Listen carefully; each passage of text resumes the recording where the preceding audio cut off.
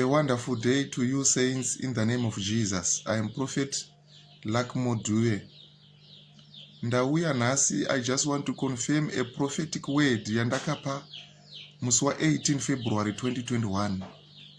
Pa YouTube, I posted a video whereby I said I saw in a vision makarwe achikwira along Mucheke River. Ndikataura kuti vanhu vanofanira kuzvinamatira pasaita a crocodile attack.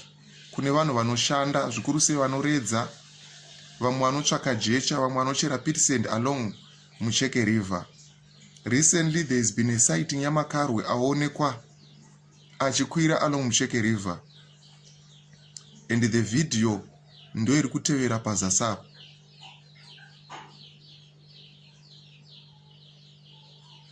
Yes, truly speaking, there has been a sighting yamakarwe aonekwa achikwira along Mucheke River from Lake Mutirikwi. Probably ndo kune makarwe ndo kwaanobva. Sandoda ngoti tirambe tichinamatira kuti pasawana anokuvara pakati pedu, pasawana munhu anokuvadziwa kana kuurawa nemakarwe this year 2021.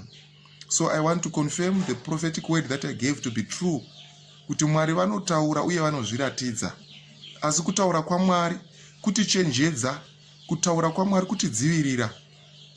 Naizvozvo Mwari vakataura pakati pedu, deno varamba vachitirwira, Mweya Mutsvene waramba uchititungamirira, tagona kunzvengeswa to any future crocodile attack. Hallelujah. Deno tagona kunzvengesewa nokuti kukuvara kwomumwe kukuvara kwangu mumuviri waKristu. Saka handingafari kana mumwe achinge akuvadzwa namakarwe, handingafari kana mumwe munhu achinge arasikirwa noupenyu namakarwe. Let us continue to be in prayer, tichinamatira nzvimbo yemasvingo, tichinamatira vanoshanda murwizi rwoMucheke, tichinamatirawo nenyika ino yeZimbabwe kuti kusaita mafuture crocodile attacks anotora upenyu hwemunhu. Hallelujah. So let us continue to pray. Let us continue to ask God for his guidance every single day. Let us continue to be in the presence of Jesus every single day. In the name of Jesus, let the Holy Spirit continue to speak among us. Mweya Mutsvene ngaurambe uchitaura nesu. Mweya Mutsvene ngaurambe uchizviratidza. Unoramba wakadaro Mweya Mwari kubva zuro nhasi namangwana usanduke, nokuti ndiMwari. Naizvozvo toda kutenda the prophetic word, uye toda kuti tenzi Jesu Kristu vatirwire uye vatikundise muurongwa hwose hwawakaipa Satani nemweya yake yetsvina, muzita raJesu. Amen.